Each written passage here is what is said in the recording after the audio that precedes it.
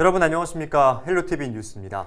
이다솜 아나운서는 해마다 수능 응시생이 줄어들고 있다는 사실을 알고 계셨어요? 네, 아무래도 출생률이 낮다 보니 갈수록 줄어들긴 하겠네요. 네, 올해는 50만 명 정도가 시험을 치렀는데요. 이는 10년 전보다 20만 명이나 감소한 수치라고 합니다. 네, 참 급격하게 줄었네요. 맞습니다.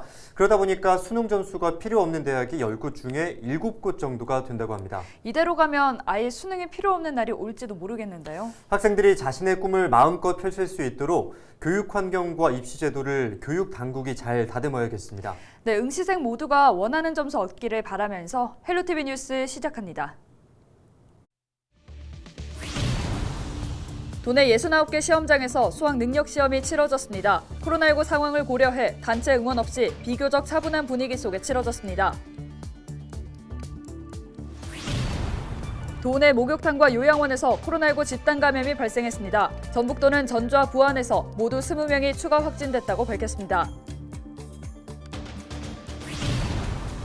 18일 군산시 인피면의 한 논에 교육용 헬기가 불시착했습니다. 헬기에 타고 있던 38살 A씨 등 2명은 다행히 다치지 않은 것으로 전해졌습니다.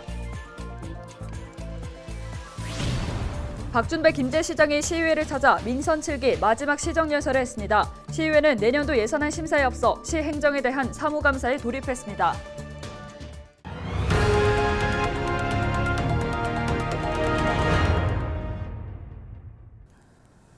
올해 대학 수학 능력 시험은 지난해 이어 코로나19 상황 속에서 치러졌습니다. 예년과 같이 따뜻한 차를 나눠주거나 후배들의 응원 모습은 볼 수 없었는데요. 코로나19 감염 예방을 위한 방역 조치에 맞춰 차분하게 치러졌습니다. 김남호 기자가 취재했습니다.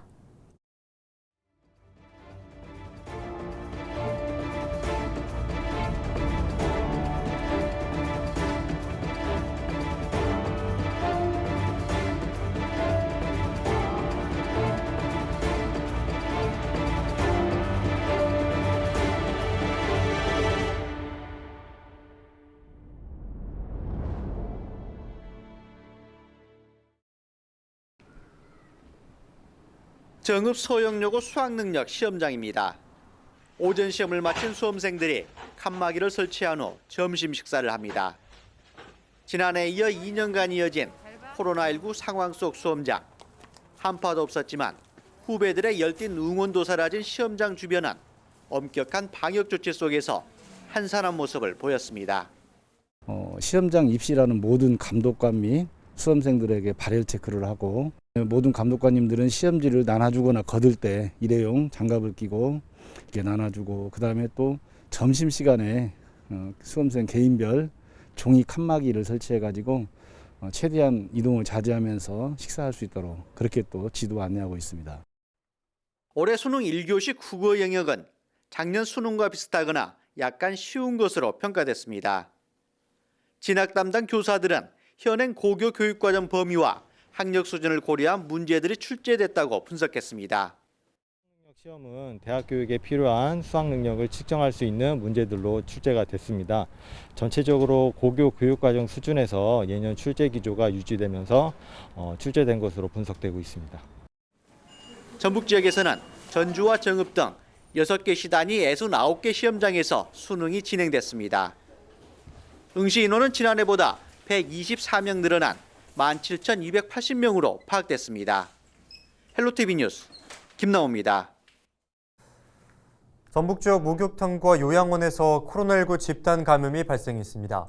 전북에서는 지난 17일부터 18일 오후 5시까지 전주의 한 목욕탕에서 이용객 등 8명이 코로나19 확진 판정을 받았습니다. 확진자들은 지난 2일부터 14일까지 목욕탕을 이용한 것으로 파악됐습니다. 이 목욕탕과 관련된 확진자는 모두 16명이 됐습니다. 부안군의 한 요양원에서도 12명이 추가로 감염돼 요양원 전체 확진자는 27명까지 증가했습니다. 전북도는 코로나19 확산세가 가파르다고 보고 행사 자제를 권고했습니다. 전북도는 지자체와 공공기관에서 추진하는 축제와 기념행사, 강연과 대회 개최 등을 자제해 코로나19 확산세를 줄이겠다고 밝혔습니다. 또한 민간 부문에서도 관련 부서를 통해 행사를 취소하거나 규모를 최소화할 것을 당부하기로 했습니다. 18일 낮 12시 20분쯤 군산시 인피면의 한 논에 소형 헬기가 불시착했습니다. 헬기에 타고 있던 38살 A씨 등 2명은 다행히 다치지 않은 것으로 알려졌습니다. 불시착한 헬기는 무게 450kg의 교육용 헬기로 경찰은 사고 원인을 조사하고 있습니다. 박준배 김제시장이 시의회를 찾아 민선 7기 마지막 시정 연설을 했습니다. 올해 마지막 회기를 연 시의회는 내년도 예산안 심사에 앞서 시 행정에 대한 사무감사에 들어갔는데요. 정명기 기자의 보도입니다. 임기 마지막 시정연설에 나선 박준배 김제시장. 내년 살림을 어떻게 할지 예산안에 관해 설명합니다. 2022년은 예산은 코로나 위기로부터 일상과 민생을 완전히 회복하고 위축되었던 시민의 삶의 활력을 되찾기 위해 전략적 확장적 기조를 유지했습니다. 김제시가 시의회에 제출한 예산안은 9,293억 원 규모로 지난해보다 3.1% 증가했습니다. 이 가운데 사회복지 예산은 2,256억 원으로 전체 예산의 24%를 차지해 가장 많았습니다. 박 시장은 특히 모든 시민에게 10만 원씩 지급하는 지원금을 편성했다며 시의회에 협조를 당부했습니다. 일자리 및 복지 등 민생 안정 예산 투자, 노인 및 청년 일자리 사업, 주민 수급 사업 등의 시민과의 약속을 지키기 위해 사업의 편성에 역점을 두었습니다. 예산안 예비 심사를 앞둔 시의회는 먼저 행정사무감사에 돌입했습니다. 시 행정을 상대로 이달 26일까지 진행합니다. 짧은 감사 기간이지만 행정사무감사를 통하여 의회와 집행부가 협력하여 시민 행복이라는 공동 목표에 일조할 수 있기를 기대합니다. 시의회는 내년 예산안과 조례안 등을 확정한 뒤 다음 달 16일 본회의에서 처리할 계획입니다. 헬로티비 뉴스 정명기입니다.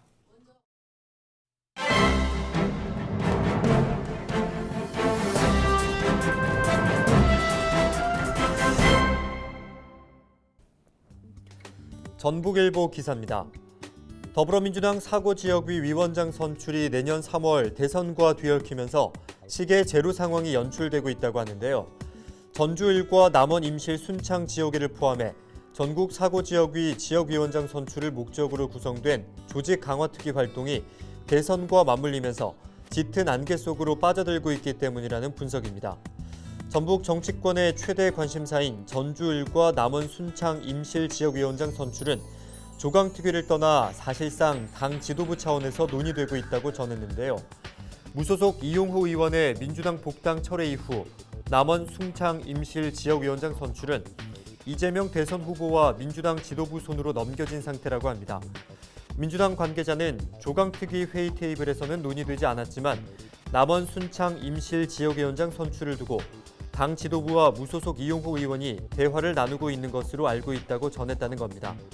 이는 대선을 앞두고 무소속 이 의원이 국민의힘 윤석열 후보 진영에 참여할 경우 한 표가 아쉬운 민주당 입장에서 좋을 것이 없다는 판단에 따른 것으로 분석했습니다.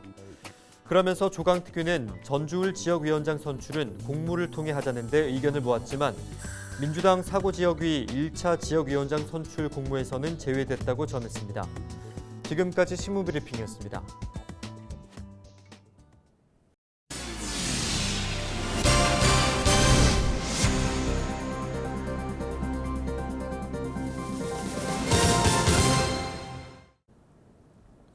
지난해 여름 막대한 수해를 입은 전북도를 비롯한 5개 광역 지방자치단체가 국비배상을 촉구하는 공동 건의문을 정부에 제출했습니다.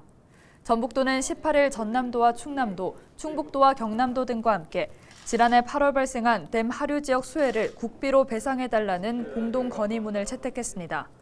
이들 광역지자체는 이 같은 내용을 청와대와 기획재정부, 환경부와 중앙환경분쟁조정위원회에 공동 건의했습니다. 전북에서는 섬진강댐 하류인 남원과 임실 등 5개 시군에서 2,200여 명의 이재민과 800억 원 규모의 재산 피해가 발생했습니다. 전북도는 도민들이 민간 개방 화장실을 편리하게 이용할 수 있도록 오는 일제 장비를 추진합니다.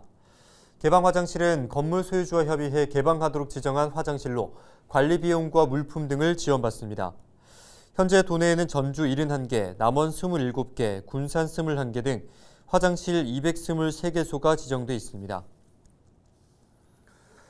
전북농협은 전북 지역 10개 농협 로컬푸드 직매장에 김장맞이 직거래 장터를 운영합니다. 직거래 장터에는 도내에서 생산된 배추와 무, 대파와 고춧가루 등 김장 재료를 시중보다 20%가량 싸게 판매합니다. 직거래 장터가 개설된 곳은 남원농협과 정읍원예농협, 동김제농협과 남부안농협 등입니다. 직거래 장터는 오는 30일까지 운영되며 물량이 소진되면 조기에 종료됩니다.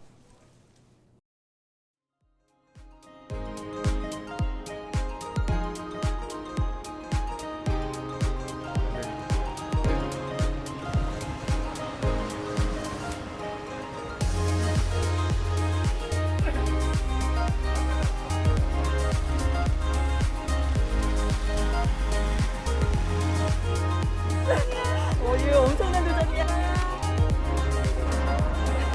할 수 있어. 화이팅. 잘할 수 있다.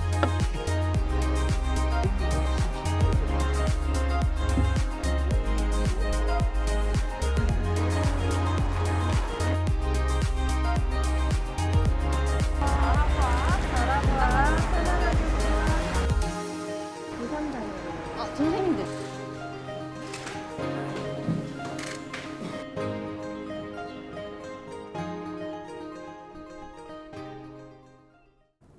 이상으로 뉴스를 마칩니다. 함께해 주신 여러분 고맙습니다.